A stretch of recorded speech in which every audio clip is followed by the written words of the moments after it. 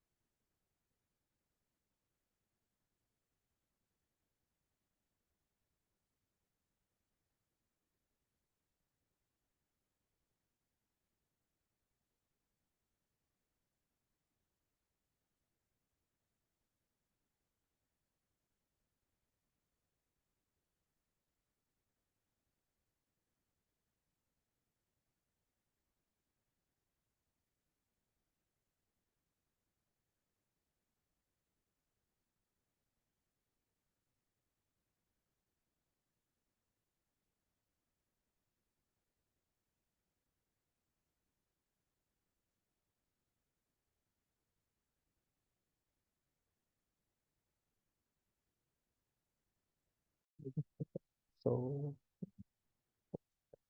how can I enable it?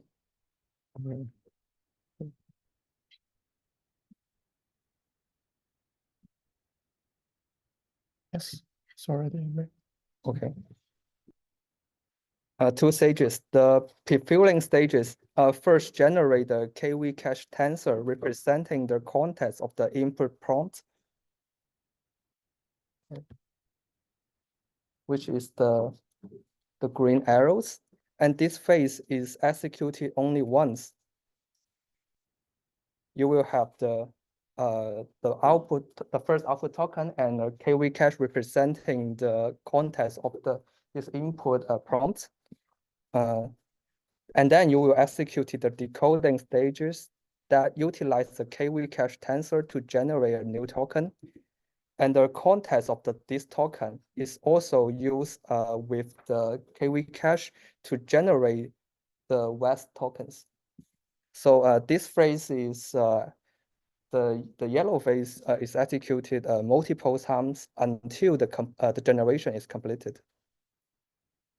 So in pure system, new inference requests cannot be executed until the current batch is completed. Since requests arrive in irregular pattern and each of them have different input and output length, the throughput and latency of these systems are always less than ideal.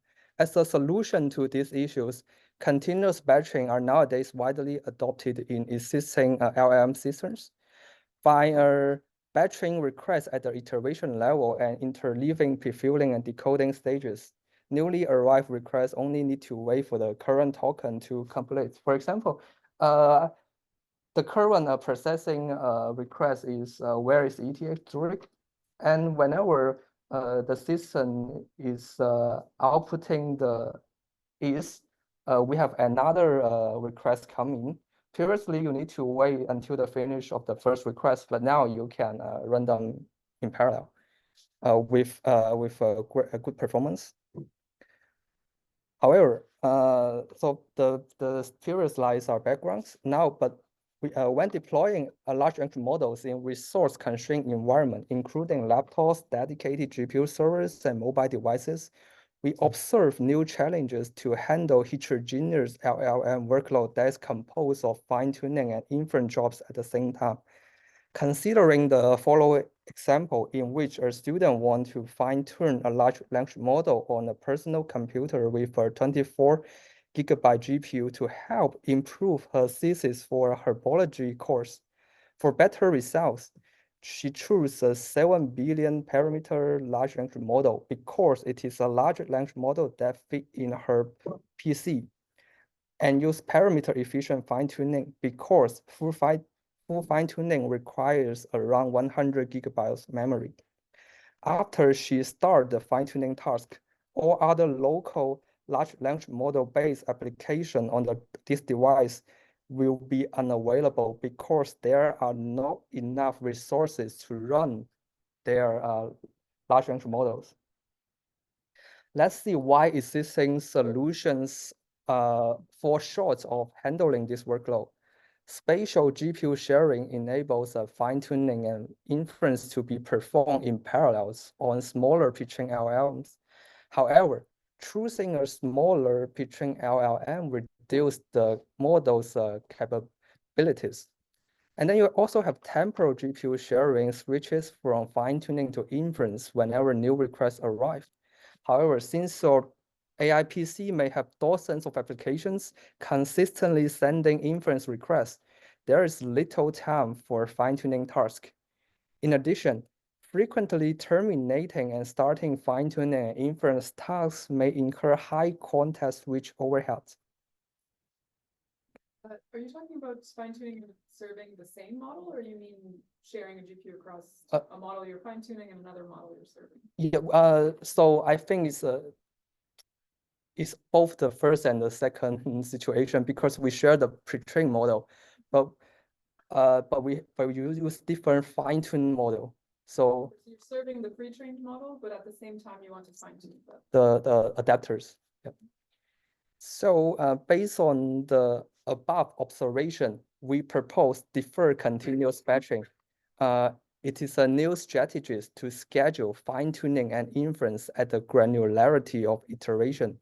Specifically, inference requests are pushed out slightly based on their latency service level algorithm or the setting of the user to improve the chance that they can be batched with other requests.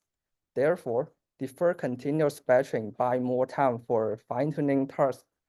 For example, here, when the first request come, you need to, the previous system need to stop the fine-tuning tasks and switch to inference. However, for us, we will slightly defer this inference request to give the fine-tuning task more priority. This is very simple to and clear to understanding, I think. You may have observed that the deferred continuous batching does not reduce the amounts of work, but why we can complete more fine-tuning tasks in the same amount of time. Let's review the roofline model. We plotted this figure based on the measurements of the latest Llama 3 model running on a 24 gigabyte NVIDIA A10G GPU. This GPU has 600 gigabytes per second memory bandwidth and is capable of performing 125 teraflops per second. Obviously, decoding is memory bound, so this axis is log 10 base. While prefueling and fine-tuning are compute bound. Therefore, decoding in batches can improve throughput nearly linearly, while incurring only a small additional latency. Deferred continuous batching improves the chance that the decoding can be batched. For example, whenever you send a question to your ChatGPT, it will generate it like a 500 or 1,000 response to you. This can be regarded as 1,000 decoding step. And this step can be leveraged to be batched with other requests. Then we have more time for the compute bound fine-tuning and prefill. So to handle heterogeneous workload, we build fine infer around deferred continuous batching. So newly arrived fine-tuning and inference task will be maintained in separate queues and slide at iteration level. The scheduler will load the micro tasks and corresponding adapters based on the deferred continuous batching. So I think this figure answer Anna's question. So you share the pre-trained model, and according to your task, you will choose the appropriate adapters. Yeah. Existing systems are designed and aggressively optimized for either large language model training or inference. Instead, PyInfer adopts a hybrid system architecture that supports both fine-tuning and inference. This avoids coordinating two different systems on every switch, thereby mitigating task initialization and cleanup overhead. Okay, so we provide two states of LLM system that can support both fine-tuning and inference and show the breakdown of the switching overhead. Switching between heterogeneous large language model tasks mainly require the following three steps. First, you clean the environment for the old task. Second, you initialize the environment for the new task. The third, you load the required large language model from CPU memory or storage to GPU memory. So prior systems treat LLM trainings and inference as completely irrelevant processes, so they cannot avoid the overhead of the first two steps. And also, they cannot take advantages of the base model multiplexing to reduce data movement overhead. If you PyInfer treat the two, can support two tasks, so you can always keep the pre-trained model in the GPU. The hybrid system architecture enables PyInfer to eliminate switching overheads. And running large language models in resource-constrained environment may require aggregating memory and computation from GPU, CPU, and even disk. Pure deferred continuous batching is less effective in offloading-based large language model execution because the bottleneck of both tasks shift to data movement between GPU and CPU. So now two tasks is both IO bound, not only the decoding. So An inference request has to load the model from CPU memory to GPU memory multiple times to generate multiple tokens. So let me show it in detail. So you are given this prompts again, and during the inference, you found that some of the layer is in CPU, and you wait until the layer is loaded to GPU, and maybe some other layer is also in CPU. Then you load them again and process. At the end, you will have the results of this stage. And then you do the decoding, and this happens again because the GPU memory is limited for this very large model. So the layer are evicted back to CPU before the decoding. Then sometimes you will use a fine-tuned large language model instead of a pre-trained model. Then you need to have some adapters. But since the adapter is like a 50 megabytes, so here you can assume it is in GPU, but you can also have some other policy to orchestrate the placement of the adapters. The main overhead is still in the pre-trained model switching, the loading. And then we talk about the fine-tuning task. A fine-tuning task also requires loading the model for each batch of a training sample, which present a substantial opportunity to reduce data movement via some new method. So here, given a training sample with prompts and completion, in the forward parts of the fine-tuning, the system also found that some layers in CPU, so you load it to GPU. Load again and again, and then you have the loss. And once you have the loss, you can do backward propagation to update the small adapter. We propose to incorporate heterogeneous batching to amortize data movement overhead for larger than large language models GPUs. Therefore, PhyInfer will batch the input of one iteration of the inference request and the input of a batch of a training sample of the fine-tuning task. Then we load each transformer layer of the model sequentially and run both the inference task and the fine-tuning task on this layer. And we do it layer by layer. And then you will have the results of the inference and also the results of the fine-tuning. And then we can go into the backward parse. So for the next iteration, you can also batch one iteration of fine-tuning and one iteration of inference. Here's a high-level scheduling of the different version of deferred continuous batching. In GPU, we only have a fine-tuning and inference phase. We will switch between fine-tuning and inference according to the scheduling policy. But in the deferred continuous batching optimized for larger than GPU large language models, we will have three stage, fine-tuning, heterogeneous, and inference. The first difference is we will not defer the inference when it comes. We will immediately serve it. But we will decide if we want to batch inference and fine-tuning according to the service level agreement. And then in this figure, we can show that after the budgets is used up, we need to switch to inference only. Otherwise, we will incur some latency.